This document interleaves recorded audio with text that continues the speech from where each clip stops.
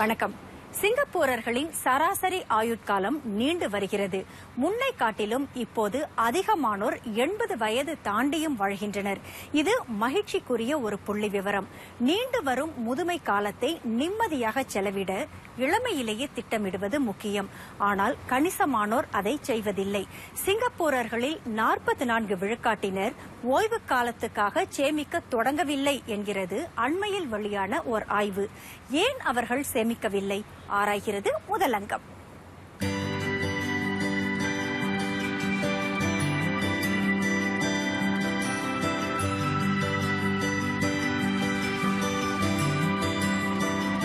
இவர் திரு கண்ணன், வயது 75.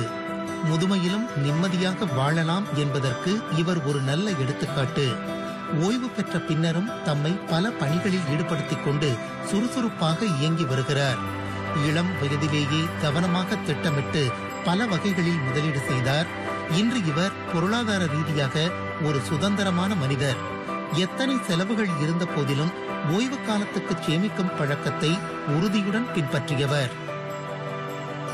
அந்த காலத்திலேயே போஸ்ட் ஆபீஸிலே கணக்கு திறப்பதற்கு 10 காசாக ஸ்டாம்பு வாங்கி ஒரு அட்டையிலே ஒட்டி அவரிடம் கொடுத்தால் அவர்கள் அந்த 10 வெள்ளி சேர்ந்ததுக்கு பிறகு கொடுக்க வேண்டும். அந்த 10 வெள்ளியை வைத்து நமக்கு கணக்கு திறந்து கொடுப்பார்கள். அதுதான் நான் முதலாக சிங்கப்பூரிலே சேமிப்பதற்கு ஆரம்பித்த முதல் நிலைமை. வங்கித்துறையில் பணிபுரிந்து ஓய்வு பெற்ற திரு கண்ணனுக்கு 2 பிள்ளைகள். படித்து திருமணம் முடித்து வெளிநாட்டில் வசிக்கின்றனர். தமது மனைவியோடு இங்கே தனியாக வசித்து வரும் இவர் விரும்பியதை செய்ய இவரது இளமை கால முதலீடுகள் கை கொடுக்கின்றன. இந்த நிதி சுதந்திரம் இவருக்கு எல்லையற்ற நிம்மதியை தந்திருக்கிறது. ஓய்வு கால ஆரம்பத்தில் தான் என்னுடைய இந்த வீடு கடன் இல்லாத முழு தொகையும் கொடுத்து வாங்கினேன். அதுபோல முதலீடுகள் நிலத்திலும் தங்கத்திலும் பங்கு பரிவர்த்தனையிலும் சேர்த்தேன். 20 வருடங்களுக்கு முன்னால் சிங்கப்பூரிலே முக்கியமான 3 வங்கிகளிலே முதலீடு செய்ததனால் இன்று அவருடைய ஈவுத்தொகை எனக்கு கணிசமாக வந்து கொண்டிருக்கின்றது. சிங்கப்பூரில் எல்லாரும் திரு கண்ணனை போல் இல்லை. 55 வயதுக்கு மேற்பட்ட சிங்கப்பூரர்களில் 10 3 பேர் ஓய்வு காலத்துக்கு சேமிக்க தொடங்கவில்லை. அதற்கு தேவையான பணத்தை ஒதுக்க முடியவில்லை என்கின்றனர் அவர்கள். ஆனால் சிறு துளியே பெருவெள்ளம். முன்னே கவிஞர் கண்ணதாசன் சொல்லியிருப்பது போல 1 லட்சத்தை மட்டும் நீ முதலில் சேர், லட்சம் உனக்கு லட்சங்களை சேர்த்து கொடுக்கும் என்று சொல்லியிருக்கிறார். அதுபோல நான் சேர்க்க ஆரம்பித்து இன்று எந்த ஒரு இடையூறின்றும் வாழ்க்கையை நடத்தி கொண்டிருக்கிறேன். வயதான காலத்தில் மருத்துவ செலவு அதிகரிக்கும். அத்தியாவசிய செலவுகளையும் குறைக்க முடியாது. பணத்துக்கு பிள்ளைகளை சார்ந்திருக்காமல் சொந்த காலில் நிற்பதே பெருமிதம் பெற்றோருக்கு.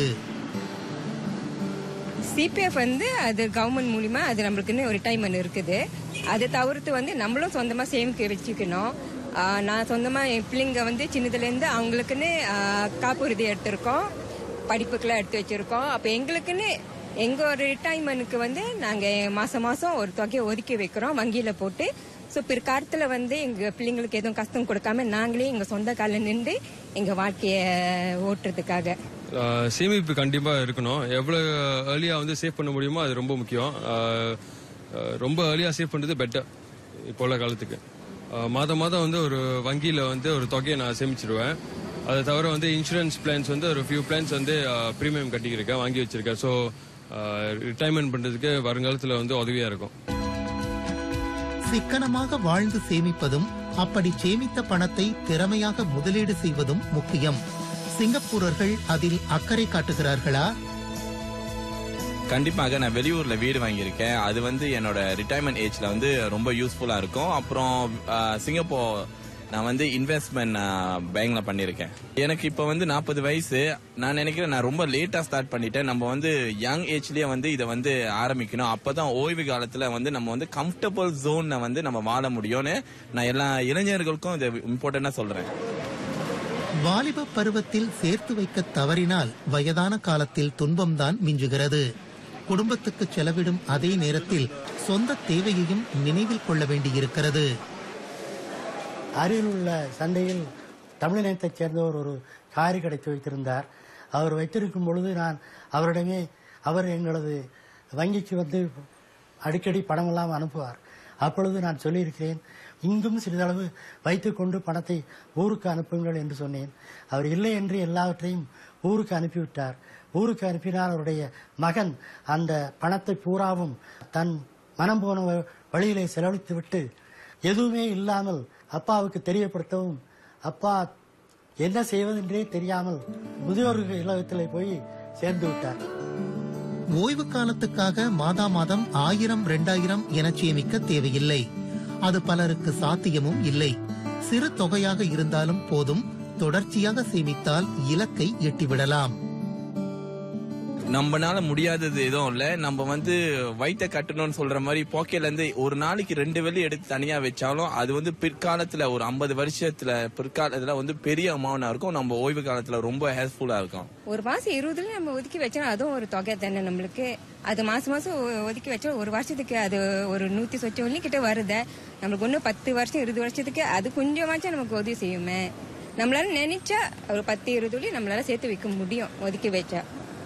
தேவையில்லாத செலவெல்லாம் கொஞ்சம் குறைச்சிட்டு அது நினைச்சா கொஞ்சம் முடியும். பிள்ளைகளின் கல்வி, துணைப்பாட கட்டணம், உணவு, பயணச் செலவு, பயனீட்டு கட்டணம், தொலைபேசி கட்டணம், கடன்பற்று அட்டை செலவு, பொழுதுபோக்கு செலவு என எத்தனையோ செலவுகள். வரவுக்கும் செலவுக்குமே சரியாக போகிறது. இதில் எங்கிருந்து ஓய்வு காலத்துக்கு சேமிக்க? இது ஒரு சராசரி சிங்கப்பூரரின் கேள்வி. இன்றைய வாழ்க்கை செலவுகள் அதிகம்தான். இருந்தாலும் அதில் கணவன் மனைவி பொழுது இருவருமே வேலை பார்க்கிறார்கள். தங்களுடைய சில செலவுகளை குறைத்து கொண்டு அந்த பணத்தை கொண்டு சேமித்தால் அது அவர்களுக்கு பிற்காலத்தில் உதவும். உங்களுக்கு தேவையான பொருள் எதுவோ அதை எத்தனை 1000 கொடுத்தாலும் கொடுத்து வாங்குங்கள். ஆனால் உங்களுக்கு வீட்டில் இருக்கிறது போல இன்னொன்று வாங்கி மேலும் மேலும் வாங்கி பணத்தை வீணாக்காதீர்கள். பொதுவாக ஒருவரின் நிம்மதியான ஓய்வு காலத்துக்கு அவர் வாங்கிய கடைசி மாத சம்பளத்தில் 3/2 பங்கு மாதா மாதம் தேவைப்படலாம். இது நிதி வல்லுநர்களின் மதிப்பீடு. மத்திய சேமநிதியின் குறைந்தபட்ச தொகையிலிருந்து கிடைக்கக்கூடிய நிதி இதற்கு போதாது. என்ன செய்து இந்த இடைவெளியை நிரப்பலாம்? இடைவேளைக்கு பிறகு பார்க்கலாம்.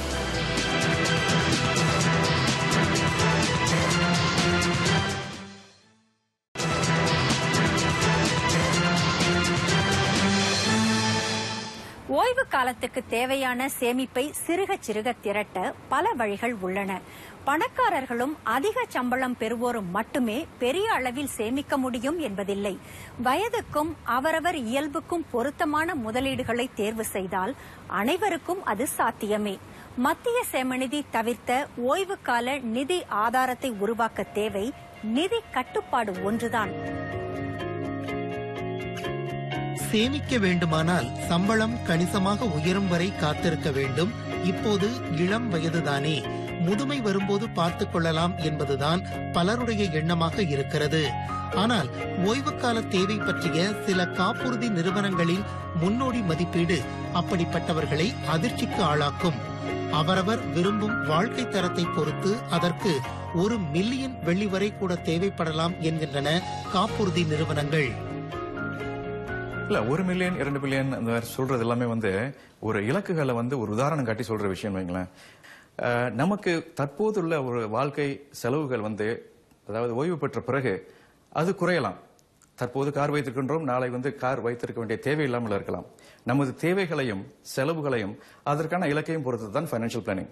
இதே நாம் ஒரு ரிவர்ஸ் கால்குலேஷன் என்று கூறலாம். அதாவது நமக்கு மாதம் இவ்வளவு தேவைப்படுகின்றது, அப்படி என்றால் வருடத்திற்கு இவ்வளவு தேவைப்படுகின்றது. அது வருடம் இந்த அளவு வருமானம் வர வேண்டும் என்றால் நாம் ஓய்வு பெறும்போது இவ்வளவு முதலீட்டில் இருந்தாக வேண்டும் என்ற ஒரு இலக்கை நாம் முடிவு செய்து கொண்டோமானால் நாம் அதை நோக்கி பயணிப்பது ரொம்ப எளிதாக இருக்கும். இந்த சேமிப்பு பயணத்தின் முக்கியத்துவத்தை உணர்ந்து எத்தனை பேர் சேமிக்கின்றனர்? இன்னும் தொடங்கல. ஏன் காரணம்னு கேட்டீங்கன்னா இப்போ உள்ள விலைவாசி அப்படி நாளுக்கு நாள் விலை ஏறிக்கிட்டே தான் போகுது. அதனால அதற்கான சந்தர்ப்பம் இன்னும் அமையலன்னு சொல்லலாம். திருமணத்துக்கு அப்புறம் சேமிப்பை பத்தி யோசிக்கலான்னு இருக்கேன். கொஞ்சம் கொஞ்சமா சேர்த்துக்கிட்டு இருக்கோம். ஏன்னா எனக்கு இப்போது 3 பிள்ளைங்க இருக்கிறாங்க. அவங்க வருங்காலத்துக்கு அவங்களோட கல்விக்கு எல்லாம் இப்ப போதிய வருமானமும் போதிய அளவு செலவும் கணக்கா இருக்கு. இருந்தாலும் அதுல முக்கியமான செலவுகளை மட்டும் நாங்க பாத்துக்கிட்டு மித்ததெல்லாம் சேர்த்து வைக்கலாம்னா எங்களோட வருங்காலத்துக்கு சேர்த்து வைக்கலாம்னா இருக்கோம். இன்னும் நான் சேமிக்க தொடங்கல. ஏன்னா இப்ப நமக்கு வர சம்பளமும் வாழ்க்கை, பள்ளிக்கூடம், படிப்பு, மருத்துவ செலவுகள், அதுக்கே செலவுகள் சரியா இருக்கு. அதோட வீடு வாங்கியிருக்கோம், அதுக்குள்ள கடனை அடைக்கிறதுக்கு மாத தவணை அதெல்லாமே இப்ப சரியா போயிட்டு இருக்கு. அதனால இன்னும் அதை பத்தி யோசிக்கவே தொடங்கல. இளம் தம்பதியும் சரி, இளம் பிள்ளைகளை உடைய பெற்றோரும் சரி, பிள்ளைகளின் எதிர்காலம் பற்றியே அதிகம் அக்கறை கொண்டிருப்பது போல் தெரிகிறது. தங்களுக்கென அவர்கள் சேமிப்பது எப்போது? தெரியல எனக்கு எப்பன்னுட்டு. ஏன்னா மேல பசங்க படிக்க போக போக அந்த படிப்பு செலவுகள் இன்னும் அதிகமாகும். ஸோ நம்ம பசங்களோட எதிர்காலத்தை தான் யோசிக்கிறோம். நம்ம எதிர்காலத்தை பத்தி இன்னும் யோசிக்க ஆரம்பிக்கல. இன்னும் சிலரோ பிள்ளைகளின் தேவையற்ற விருப்பத்தை நிறைவேற்றுவதற்காக அகலக்கால் வைத்து அகப்பட்டுக் கொள்கின்றனர். பிள்ளைங்க பாக்குறதெல்லாம் கேட்கதான் செய்வாங்க. என்னென்ன புதுசா வருதோ அவங்க சில நேரத்துல ஃப்ரெண்ட்ஸ் மூலியமாவும் அவங்க தெரிஞ்சுக்கிறாங்க, அதை கேட்கறாங்க நம்ம கிட்ட. இது வேணும் அது வேணும்னு கேட்கறாங்க. நம்ம தாய் தப்பன்ற முறையில நம்ம அவங்களுக்கு புரிய வைக்கணும். நம்ம எது முக்கியம் இல்லைன்னு புரிய வச்சு அப்புறம் அவங்களுக்கு உண்டான தேவை என்ன, இந்த நேரத்துல என்ன தேவை அதை மட்டும் நம்ம கொடுத்தா ஓரளவு அவங்களோட செலவு குறைச்சிட்டு நம்மளோட சேமிப்பு கொஞ்சம் கண்காணிச்சுட்டு வரலாம். தனி மனிதரோ குடும்பமோ எல்லா தரப்பினருக்கும் செலவுகள் இருக்கத்தான் செய்கின்றன. எந்த செலவையுமே தவிர்க்க முடியாது என்றுதான் முதலில் தோன்றும். ஆனால் மனம் இருந்தால் மார்க்கம் உண்டு. சில செலவுகளை குறைக்கிறது நல்லதுன்னு நினைக்கிறேன். கண்டிப்பா பேங்க்ல போட்டு வைக்கணும்னா ஒரு 2 மாசம் கழிச்சு எடுக்கணும்னு தான் தோணும். சோ அதனால சேவிங் திட்டங்கள்னு அக்கௌண்ட் போயிட்டு நம்ம மந்த்லி சேலரியில டிடாக்ட் பண்ணுங்கன்னு சொல்லி அந்த மாதிரி கான்ட்ராக்ட் சைன் வச்சுக்கிட்டாதான். முக்கியமா சேமிப்பு பத்தி உங்களுடைய மனப்போக்க நீங்க மாத்திக்கணும். அதாவது சேமிப்பு தான் முதலில் நாம் ஒதுக்க வேண்டிய முதல் செலவு என்று நீங்கள் ஒதுக்கி வைத்தீர்கள் என்றால் மீதத்தை செலவு செய்து சமாளிப்பது என்பது உங்களுக்கு எளிதாக இருக்கும். செலவு செய்தது போக சேமிப்பை நீங்கள் பிறகு பாத்துக்கலாம் அப்படின்னு நினைச்சீங்கன்னா அது பாத்துக்கிற மாதிரி தான் இருக்குமா தவிர நடக்காது. முதலில் நீங்க சேமிப்பை ஒதுக்கி வைத்துவிட்டு மற்ற செலவுகளை இங்க பிறகு பாருங்க. இந்த ஆலோசனையை பின்பற்றி ஓய்வு காலத்துக்கு சேமிப்பது என்று ஒரு குடும்பம் முடிவெடுப்பதாக வைத்துக் கொள்வோம். கணவனும் மனைவியும் இணைந்து 5000 வெள்ளி மாத வருமானம் ஈட்டும் குடும்பத்தில் எவ்வளவு சேமித்தால் சரியாக இருக்கும்? குறிப்பாக எவ்வளவுதான் சேமிக்க வேண்டும் என்ற ஒரு கணக்கு எதுவும் கிடையாது. அனைவருக்கும் ஒரே ஃபார்முலா பொருந்தது. பொதுவாக நீங்க வர்ற வருமானத்தை 3 பகுதியா பிரிச்சுக்கலாம். ஒன்னு நீங்க அன்றாடம் குடும்பத்தை நடத்தக்கூடிய செலவுகள், காருக்கு கட்ட வேண்டிய செலவுகள், இது போன்ற சில்லறை செலவுகள் ஒரு புறம். இரண்டாவது அவசர காலத்துக்காக நீங்கள் சேர்க்க வேண்டிய பணம், மருத்துவ செலவு ஏற்படுகின்றது, ஒரு விபத்து ஏற்படுகின்றது, அது போன்ற சூழ்நிலைகளுக்கு நீங்கள் சேமிக்க வேண்டிய ஒரு பகுதி. மூன்றாவது பகுதி நீண்ட கால நோக்கில், ஓய்வு காலத்தை நோக்கி உங்களுக்கு இவ்வளவு இருக்க வேண்டும், நான் ஓய்வு பெறும்போது எனக்கு இவ்வளவு இருக்க வேண்டும் என்ற ஒரு இலக்கை நோக்கி சேமிக்க வேண்டிய ஒரு பணம். இந்த 3 பகுதியாக பிரித்துக் கொண்டீர்கள் என்றால் அதன் விழுக்காடு சற்று கூறலாம், குறையலாம். ஆனால் இந்த அடிப்படை இருந்ததென்றால் நீங்கள் போய் சேர வேண்டிய இலக்கு நன்றாக இருக்கும். சிங்கப்பூரர்களில் 2 பங்கினர் தங்கள் ஓய்வுக்கால நிதியை உருவாக்க மத்திய சேமநிதியில் உள்ள சேமிப்பையே நம்பியுள்ளனர். அதையும் குடியிருக்கும் சொந்த வீட்டையுமே பலரும் ஓய்வு காலத்துக்கு நம்பியுள்ளனர். இந்த 2 மட்டுமே சார்ந்திருக்கும் போக்கு சரிதானா? என்ன கேட்டீங்கன்னா அது சரியில்லைதான்.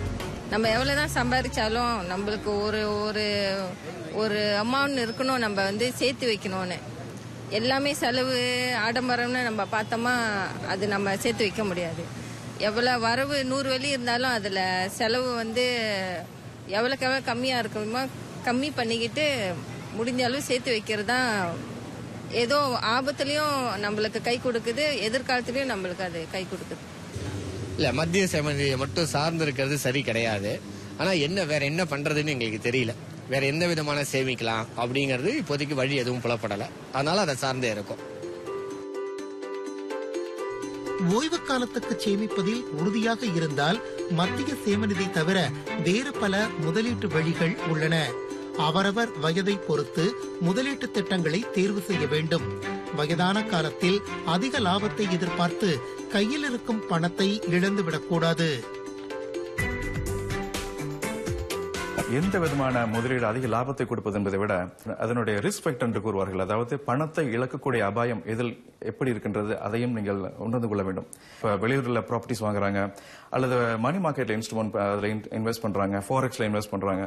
இது போன்ற அதிக ரிஸ்க் உள்ள விஷயங்கள்ல போடும்போது அந்த பணத்தை இழந்துட்டா என்ன ஆகும் அப்படிங்கிறது ஒரு கேள்விக்குறி வருது. ஏன்னா ஆகவே லாபத்தை மட்டும் பார்க்கக்கூடாது, நம்ம அந்த ரிஸ்க் ஃபேக்டர்ங்கிற பணத்தை இழக்கக்கூடிய அபாயமும் பார்க்கணும். அப்படிங்கும் போது ரெண்டுமே ஓரளவுக்கு மாடரேட்டா வரக்கூடிய சில விஷயங்களை நம்ம பயன்படுத்தலாம். அதாவது ரிஸ்க் குறைஞ்ச அதே சமயத்தில் வருமானம் கொஞ்சம் குறைஞ்சிருந்தா கூட பரவாயில்ல, நம்ம முதலீடு பாதுகாப்பா இருக்கும் என்ற அடிப்படையில் நம்ம அணுகுனோம்னா ஓரளவுக்கு நம்ம சரியா தான் பண்ணுவோம்னு நினைக்கிறேன். ஓய்வு காலத்துக்கு திட்டமிட தொடங்குவதற்கு பொருத்தமான நேரம் என ஒன்று இல்லை. ஆனால் இளமையில் தொடங்குவது நல்லது. சேமிப்பு பெரிய அளவில் வளர இது வாய்ப்பளிக்கும். எறும்பு கூட மழைக்காலத்துக்கு சேமிக்கிறது. நாமும் இதை மனத்தில் கொண்டு செயல்படுவது நன்மை பயக்கும்.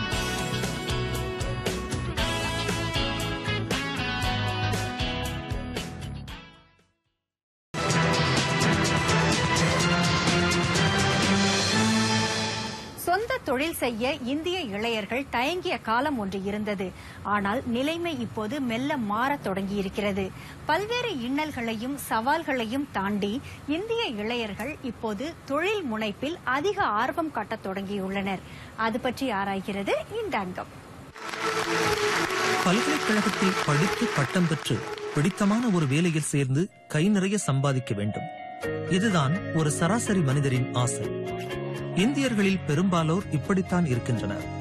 ஒரு சாரார் மட்டும் வித்தியாசமாக சொந்த தொழிலில் இறங்குகின்றனர். குடும்ப தொழிலை ஏற்று நடத்துவோர் தவிர சொந்தமாக முயன்று ஒரு தொழிலை தொடங்கும் போது ஒருவர் எதிர்நோக்கும் சவால்கள் அதிகம். அதனால் பலர் அதற்கு தயாராக இல்லை. ஆனால் அத்தகைய சவால்களை எதிர்கொள்ள இப்போது அதிகமான இந்திய இளையர்கள் முன்வருவது போல் தெரிகிறது.